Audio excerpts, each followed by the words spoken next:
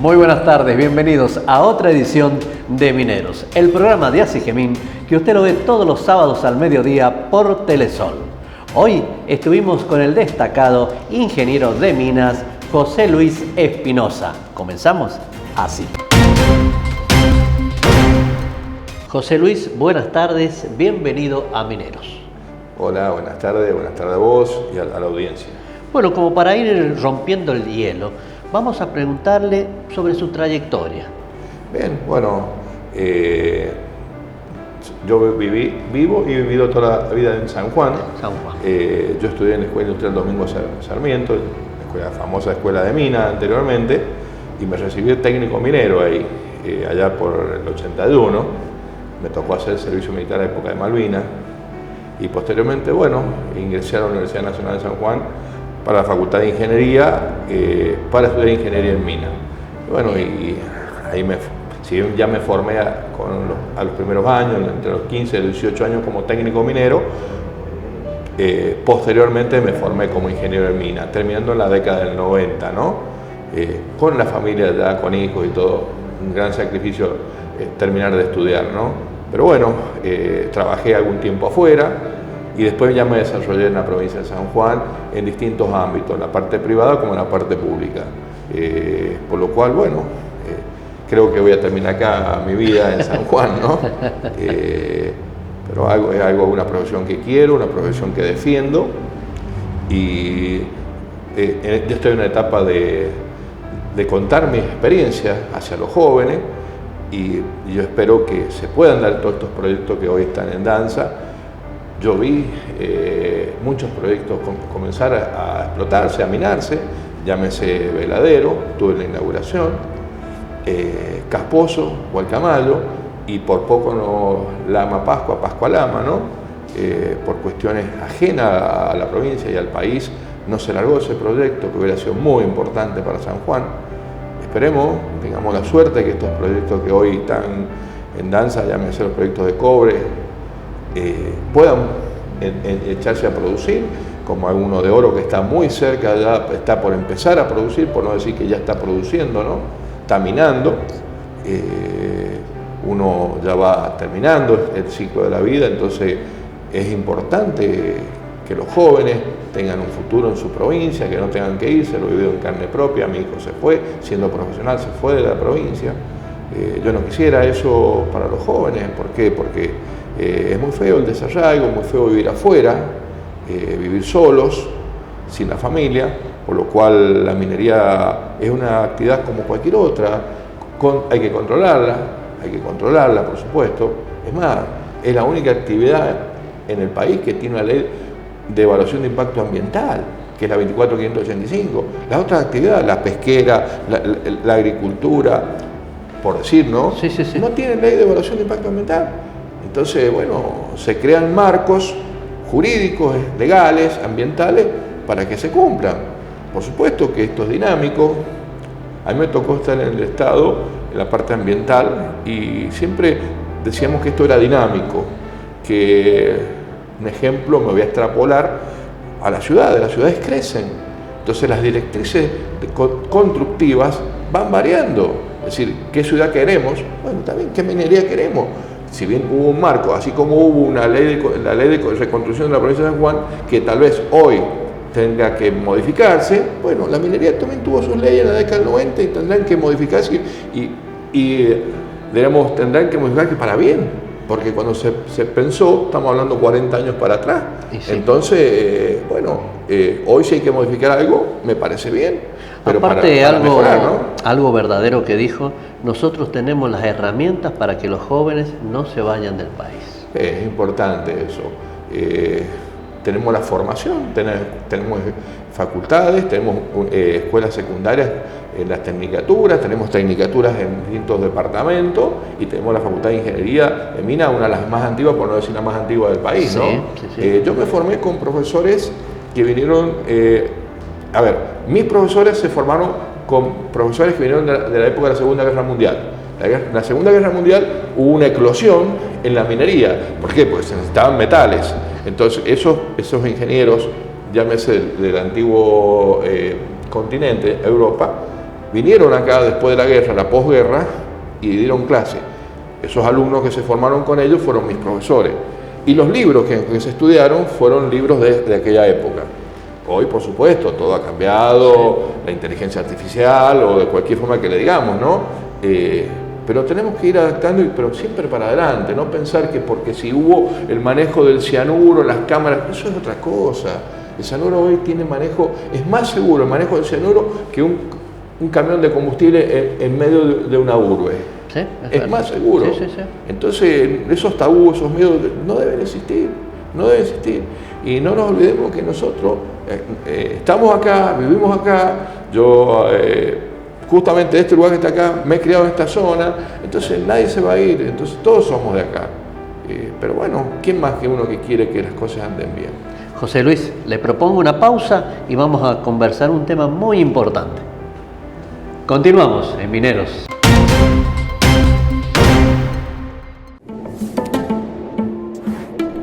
San Juan, una tierra que se propuso transformar su riqueza natural en oportunidades a través de la minería.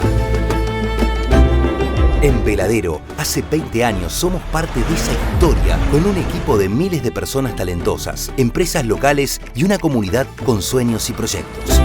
Hoy, un mundo mejor necesita más minerales. Con San Juan y desde Veladero, estamos listos para seguir generando un legado de valor.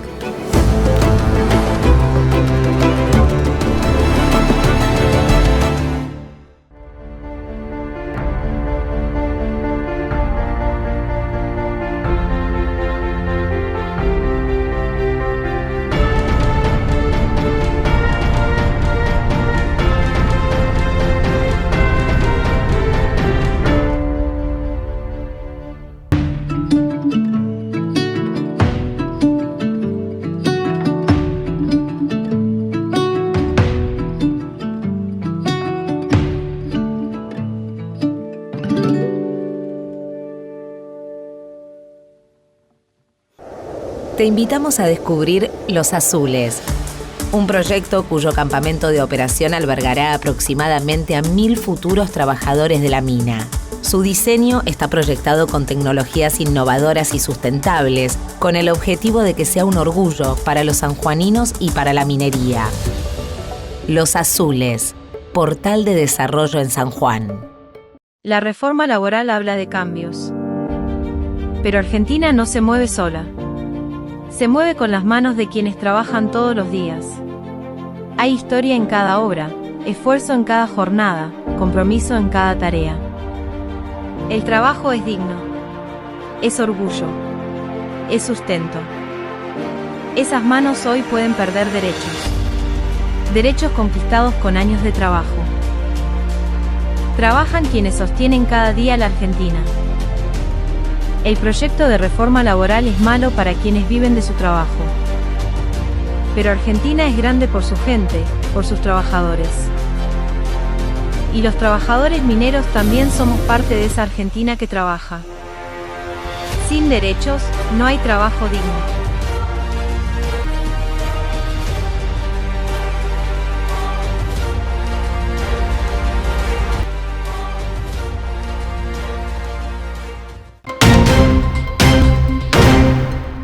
Y ahora continuamos hablando con el ingeniero de minas José Luis Espinosa con un tema muy importante, glaciares. José Luis, el tema tan importante vamos a tocar hoy día es el tema glaciares. Cuénteme algo. Bueno, mirá que justo lo que vos me estás tocando ahora es una ley que se va a debatir hoy en el Senado, junto con la ley laboral. Si bien me parece muy bien la medida esta que han tomado de separarla, porque si no hubiera sido una ley menor a la que se está debatiendo, ¿no? Sí. La ley laboral es una ley muy importante para la Argentina. ¿Dónde va a terminar? No lo sé, no tengo estudiado eso, no es mi perfil. Pero la ley de glaciares, me he ido formando en el tiempo con el objeto de, saber qué nos beneficia a nosotros, ¿no?, en el país, como si también en la provincia, o no nos beneficia. La ley de glaciares es una ley que se creó ya por el 2010, que es la 26639. Es una ley que el espíritu tenía de cuidar ese ambiente glaciar y periglaciar. Esa era la prioridad de esa ley, ese espíritu que tuvo. Es una ley de presupuestos mínimos. ¿Y qué quiere decir esto? ¿Qué quiere decir una ley de presupuestos mínimos? La nación dicta leyes de presupuestos mínimos. ¿Qué quiere decir? Que a partir de esa ley las provincias quedan adheridas. No hace falta que ellos se tengan que adherir con una ley de una provincia. Bien. Y eso significa que, por ejemplo, la ley tiene como estamos viendo acá, tiene una altura, una exigencia. A partir de ahí, como es el presupuesto también, a partir de ahí, las leyes que dicten sus provincias referido al tema glaciar y ambiente periglaciar tienen que ser superadoras, no pueden ser menores. Bien. Si bien todo esto está consagrado en la Constitución Nacional y Provincial, en el caso de San Juan, la Constitución Nacional, en el artículo 41, donde el Estado tiene la obligación de cuidar el ambiente y de garantizar un ambiente sano hacia las personas, ¿no? Hacia las personas, a los seres vivos, vamos a decirlo generalizando. Bueno, la provincia de San Juan, en su artículo en la Constitución, el artículo 58, también el Estado debe garantizar este cuidado del ambiente, ¿no? Pero también está el artículo 124 de la Constitución acá, donde dice que los recursos naturales, ¿no es cierto?, son de las provincias, no es del Estado Nacional. Entonces, bueno, si bien delega la nación a las provincias el cuidado y el uso y el goce de los bienes, ¿no es cierto?, por generalizar de una forma esto. Entonces, la provincia es la que tiene la potestad de administrar el recurso natural. Por lo cual, si nos llevamos a lo que es el tema glaciares, la provincia dictó una ley que es la 1076, que es una ley también que tiene parámetros y tiene también un espíritu como la ley nacional del cuidado. Pero ya que allá se crea algo muy importante que es un registro, por lo menos nos tenemos que empezar a registrar. A mí me tocó ser parte de esta comisión de glaciares cuando estuve en la función pública, que estaba integrado por varios organismos del Estado, como así también universidades, la cual habían 3 pasos fundamentales que había que trabajarlo. Ese era el espíritu de la ley. Hoy en qué estado está no lo sé porque ya dejé la función pública. Claro. Y el primero fue el inventario que se hizo, un inventario remoto, un inventario a través de estudios satelitales, localizar estos cuerpos, ¿no es cierto? Porque en realidad existen 3 tipos de reservorios de agua, por decirlo de una forma, que son los glaciares descubiertos, el que todos conocemos, el que uno ve ese bloque grande de agua, los glaciares cubiertos, que están cubiertos por sedimentos, detritus, que están enterrados, y los permafrost, que son los suelos congelados, donde yo tengo roca, por decirlo de esta forma, y tengo agua cristalizada o en forma de hielo. Esos son los famosos permafrost. Entonces esta ley abarca estos 3 tipos de formas quirogénicas, por decirlo de una forma. ¿Y qué hace? Al abarcar estas 3 formas, hay unos grises en la ley nacional, como en la provincial, unos grises que habría que aclararlo, pero hay que estudiarlo primero. Y sí. Que son la zona periglacial. Es un concepto que los estudiados, que en San Juan, que saben mucho más que yo, no es que no la tengan clara, saben cómo es, pero no está mensurado. Entonces, ¿qué pasa? Como se prohíben cosas de los glaciares y se aceptan ciertas otras, como los estudios científicos, la parte turística, la parte deportiva, con restricciones, ¿no? Sí. Pero también se prohíbe el daño o la contaminación, que me parece bien, porque son reservas estratégicas, como dicen, y es una palabra muy amplia, reservas estratégicas, una palabra muy amplia.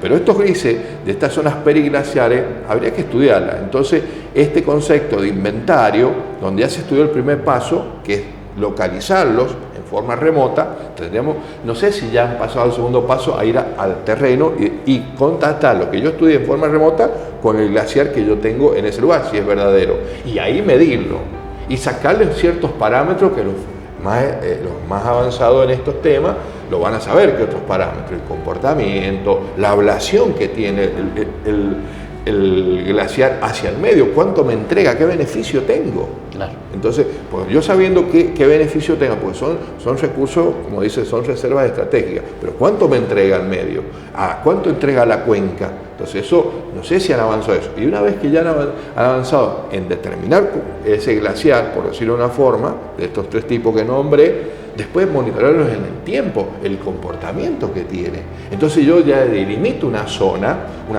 de transición, digo, bueno, este es el glaciar, tengo una zona de transición, en esta zona puedo hacer tal cosa y a partir de esa zona puedo hacer una actividad, llámese minera, de exploración, de explotación, un avance de infraestructura, por decirlo de una forma, una actividad industrial. Entonces, pero bueno, lo tenemos que hacer. Entonces, a mí me tocó estar en el Consejo Superior, COFEMA, que es el Consejo Federal de Medio Ambiente, y en ese momento me tocó defender, por supuesto, los intereses de la provincia, en la cual COFEMA sacó que, si bien la ley nacional habla que la autoridad de aplicación es el IANIGLIA, que es el Instituto Nacional de Nivología y Glaciología con asiento en Mendoza, para hacer el inventario, bien, pero no para el uso, porque los recursos son de cada provincia, pero sí ese inventario, la cual no lo habían hecho. Ya la provincia, con esta ley 1076, provincial, yo dije, ya había comenzado. Entonces, en el COFEMA dijo, no, pero el único autoridad de aplicación es esta. Y yo le dije, no porque los recursos son de la provincia, la Constitución y el artículo 124 lo dice, primero. Y segundo, nosotros ya tenemos una ley ya dictaminada, es decir, que hemos superado la ley de presupuestos mínimos. Entonces asentaron en un documento diciendo que San Juan ya había pensado con este avance de hacer un registro, porque ellos tenían que trabajar hasta tal paralelo, Yanilia, porque no se olviden que San Juan tiene el 11% en formas quirogénicas a nivel nacional. Claro. Primero es Santa Cruz con un 60% y después sigue Mendoza con un 21%, y después somos el tercero nosotros. Entonces, ¿qué pasa? Si nosotros no avanzábamos, no teníamos las reglas claras para avanzar. Entonces, ¿cómo le vamos a decir a una minera que va a querer invertir, donde le tenemos que dar previsibilidad, estabilidad y seguridad jurídica? Decirle, mire, ustedes pueden trabajar acá. Pues si, lo peor sería que un proyecto, en estos casos de alta montaña, llámese cobre, digamos, mirá, no lo podés hacer, o hacer las inversiones, después viene otro y dice, no, le cambian la regla de juego. Entonces, tenemos que avanzar en esto, nosotros, el Estado, llamamos nosotros el Estado el que tiene que avanzar en esto, y hacerlo. ¿Y esto si no sale en el Senado, es un atraso para San Juan? Mire, yo creo que hay dos cosas que después las voy a hablar rápidamente, que son dos leyes muy importantes. Yo creo que tenemos que tener, el que viene a trabajar acá, el que viene a invertir, sí, quiere tener las reglas claras. Y las reglas son leyes. Sí. Si no las tiene o no sabe, no va a invertir.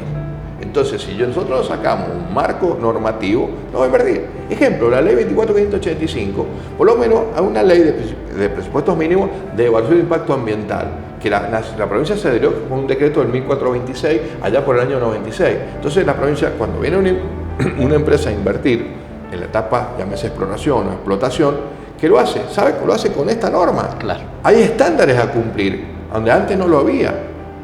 Entonces yo vengo a invertir, pero sé que este estándar tengo que cumplir. Que ahora quedó obsoleto y no lo sé, puede ser. Bueno, pero trabajemos ya con una ley que tiene los estándares. Puede explotar. Esta zona es una zona de transición y esta es una zona. Porque, ¿qué pasa? La zona, el ambiente periglacial, la comisión te dice, bueno, pero ¿cuál es el ambiente periglacial? El ambiente, la zona, para explicarlo un poco, voy a tratar de ser simple, la zona de ablación, la zona que entrega agua al medio, está en la isotérmica de 0 grados hacia arriba. Y esa línea isotérmica que marca los puntos, ¿dónde está? Eso varía con el tiempo. Hay años que puedo tener que esa isotérmica me baje la cota, ¿no es cierto? Baje a niveles más inferiores o me suba, porque hay épocas que tenemos, vamos a decir, el efecto cambio climático hace que esa línea imaginaria, donde tengo 0 grados yo, en todos esos puntos, pueda variar en el terreno. Entonces tenemos que tomar una zona de amortiguación, es decir, bueno, en estos 300 metros de este punto hasta este punto, esta zona, en toda esta franja no se puede hacer nada, porque se ha estudiado en los últimos años que acá donde varía la isotérmica de 0 grados. No sé si me explico. Sí. Aparte hay un miedo que si tocan los periglaciares se termina el agua, al momento. Miren, vamos a sacar esos tabú. Mi formación más es en ingeniería en mina, explotación y en la parte ambiental. Hay geólogos o hidrogeólogos que las tienen más claras quien te está hablando. Yo, he estado en muchas comisiones, he sido evaluador de los proyectos que te nombré al principio, Lama, Veladero, Pascualama, Todos los proyectos grandes de San Juan han sido parte de evaluación. He tenido la evaluación y después he tenido la parte, he sido una vez evaluador y otra parte he sido defendiendo proyectos de la parte privada. Bien. El recurso agua, ustedes saben cuánto la ablación que tiene o la entrega de agua en una cuenca, un glaciar, nadie lo sabe. Se mide, por supuesto, cuánta agua me eroga, pero no alcanza el 5% de su cuerpo, de su forma criogénica no alcanza, según la información que tengo de ahora, algo que todos lo sabemos, el recurso de agua en la provincia de San Juan, lo voy a decir, no está allá arriba, no está. ¿Y qué se hizo? Fue una de las provincias que más avanzó en estos últimos 40 años en la construcción de diques. En el país fue la provincia que más avanzó en la construcción de diques. Por algo se hizo Caracoles, Punta Negra, Tambolar. Entonces se avanzó en guardar agua. ¿Por qué? Porque somos una provincia desértica. Pero eso es el agua que me eroga a mí la cordillera. Pero si yo sumo los 3 diques o los 4 diques, no creo que pase los 800 hectómetros. Para que figurar que lo que es un hectómetro, son 100 metros cúbicos, son 100 metros por cada arista, cada hectómetro. 800 hectómetros tienen acopiado aproximadamente cada dique. La media que me eroga el río San Juan son 1200 hectómetros, así que me alcanza a llenar los diques, cuando estaba en épocas buenas. Pero el recurso más importante lo tenemos acá abajo, donde estamos nosotros parados, que es el acuífero que tenemos abajo. Más o menos son 1900 hectómetros. Entonces, lo más importante, tenemos que cuidar este acuífero. Lo más importante. Por supuesto que todo es importante. Por eso se llama una reserva estratégica, lo están llamando. Pero bueno, pero tenemos ahí también cuánto eroga. De todas formas, debemos cuidar todo. El ambiente lo debemos cuidar todo. La verdad que es muy interesante este tema. Nos falta tiempo. Pero seguramente lo vamos a volver a invitar para que sigamos hablando de este tema. Con todo gusto. Muchísimas gracias, José Luis. No, por favor. Nosotros continuamos en Mineros. Y ahora llega el secretario general de ASIGEMIN, Marcelo Mena Muñoz, que nos habla de la reforma de la ley laboral. Marcelo, buenas tardes, bienvenido a Mineros. Buenas tardes, Mario. Marcelo, hemos vivido la reforma laboral y hemos tenido una multitudinaria manifestación, una marcha que se hizo en la provincia de San Juan. Bueno, ¿cuál es su balance? Bueno, la marcha que justamente hemos tenido en San Juan ha sido muy importante. El estimado que hemos hecho nosotros son alrededor de 10.000 trabajadores que estuvieron marchando, que es un número importante, teniendo en cuenta que es una marcha, no hubo un paro general. Esta es una clara demostración que el mundo laboral, el trabajador sanjuanino, la trabajadora sanjuanina no quiere saber nada con la reforma laboral, no está de acuerdo. Obviamente es un mensaje al gobierno de Milei y un mensaje directo al gobierno de Marcelo Rego acá en San Juan. Pero ¿cómo se vivió? Porque estuvimos en la marcha, convivimos con ustedes y vimos realmente muchísimas agrupaciones, sindicatos, todos unidos por una sola causa. Bueno, eso que puntualizás, Mario, es importantísimo. Que marche la CTA de los trabajadores, la CTA autónoma, la CGT, que estén las centrales unificadas, que haya movimientos sociales que acompañaron, que haya movimientos de extracciones políticas que acompañaron. Es la clara demostración que hay una unificación para decir no a la reforma laboral. Más allá de que el Senado votó la mitad de sanción, o sea, la Cámara Alta ahora pasa a la Cámara Baja, tiene que discutirlo en diputados para que recién pueda llegar a ser ley. Hay un rechazo generalizado. Está claro que tenemos que seguir profundizando. Hay sectores laborales incluso que por ahí no están entendiendo esta situación.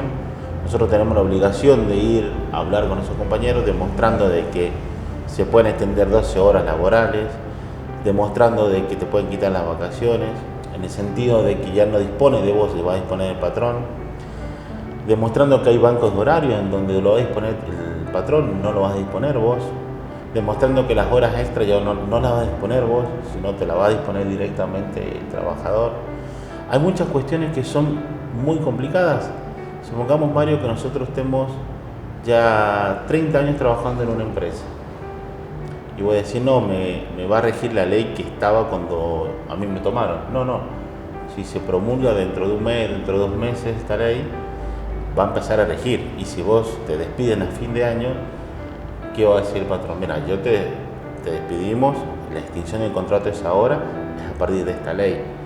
Y te dicen, tu indemnización te la voy a pagar en cómodas cuotas. En el caso de nosotros, los que podemos tener más años de antigüedad laboral, los más jóvenes, ellos mismos se van a estar pagando su indemnización y se va a sacar de su jubilación que van a estar aportando. O sea, es una ley que retrocede en los derechos 100 años para atrás. Volvemos a discusiones de principios del siglo XX, fines del siglo XIX, en donde no podemos estar discutiendo los derechos básicos del trabajador. Ninguna ley, ninguna reforma laboral extrayendo los derechos del trabajador se generaron más impuestos laborales. Todo lo contrario. Todo lo que se hizo siempre para proteger el trabajo generaron más empleo porque generaba más estabilidad, por ende el trabajador podía llegar a avanzar en su previsibilidad el día de mañana. Nosotros, los trabajadores, no somos especuladores de mercado. El trabajador, cuando tiene un empleo seguro, cuando dispone de su salario y ese salario alcanza, compra la verdulería, compra la carnicería, le compra los útiles a los hijos, los saca a pasear a su pareja, sale con sus niños. Aquí lo que hacemos, vivimos y convivimos. Entonces es muy importante siempre pensar en quiénes realmente generan riqueza, que son los trabajadores, que es el motor de la sociedad. O sea, esto de ahora en más, el trabajador se tiene que unir más para ver si se puede rebatir esto. No solamente el trabajador, los sindicatos tienen que estar presentes, los sindicatos tienen que estar a la altura de las circunstancias. Es el momento de profundizar directamente esta lucha. Si los sindicatos, los dirigentes sindicales tenemos que hacer mea culpa de la problemática que se ha generado o la falta de atención que han habido en los últimos años, hay que hacerlo directamente, pero tenemos que estar al lado del trabajador, al lado del delegado, al lado de la sociedad en su conjunto tiene que entender, y buena parte lo sabe, de que esto les perjudica en todos los sentidos. Y acá algo muy importante, en donde nosotros hacemos directamente responsables a los gobiernos provinciales, en este caso en el gobierno de San Juan, de que los diputados nacionales, si llegan a votar esta ley, la llegan a votar a favor, ellos van a ser responsables de lo que sucede en el futuro de los trabajadores sanjuaninos, porque él es el gobernador y él tiene que velar por todos los derechos laborales también. Él es el primer ciudadano, la primera persona responsable de los destinos de todos los sanjuaninos. Si esto avanza en diputados y los diputados sanjuaninos de extracción del gobierno provincial, porque sabemos que la oposición va a votar en contra, o por lo menos eso es lo que estamos asumiendo y creemos que va a ser así, que va a votar en contra, lo que van a estar votando a favor de esta ley serían los diputados por San Juan, por el gobierno provincial, y los diputados de la Libertad Avanza.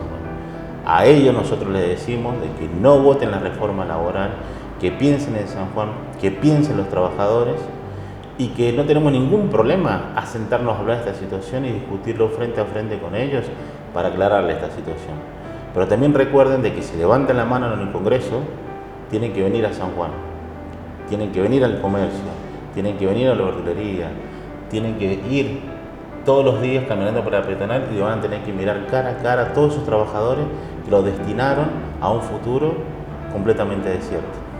Para cerrar, y se hizo un petitorio, una lectura de un petitorio, que creo que es lo mismo que acabas de decir. Efectivamente, Mario, se hizo un petitorio firmado por las 3 centrales, por la CTA de los Trabajadores, por la CTA Autónoma, por la CGT, en donde obviamente estamos en contra de esta ley que hace el gobierno nacional de Javier Milei, y también hacemos responsable el gobierno provincial.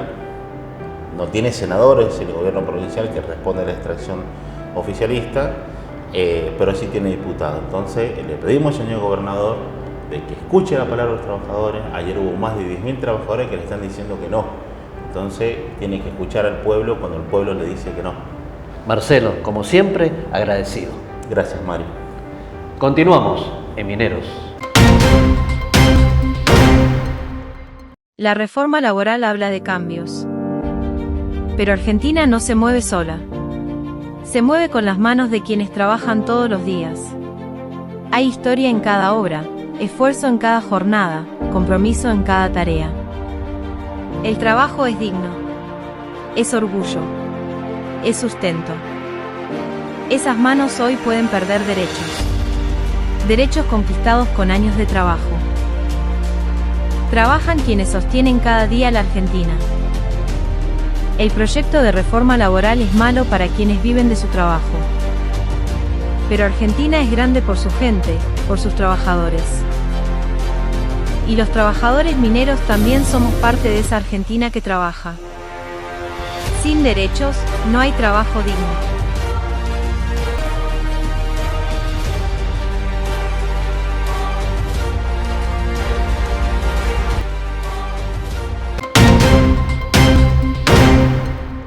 Y así, de esta forma, llegamos al final de otra edición de Mineros, saludando muy especialmente a todos los mineros de la República Argentina. Renovamos la invitación para el próximo sábado a las 12 horas por Telesol. Por su atención, muchísimas gracias.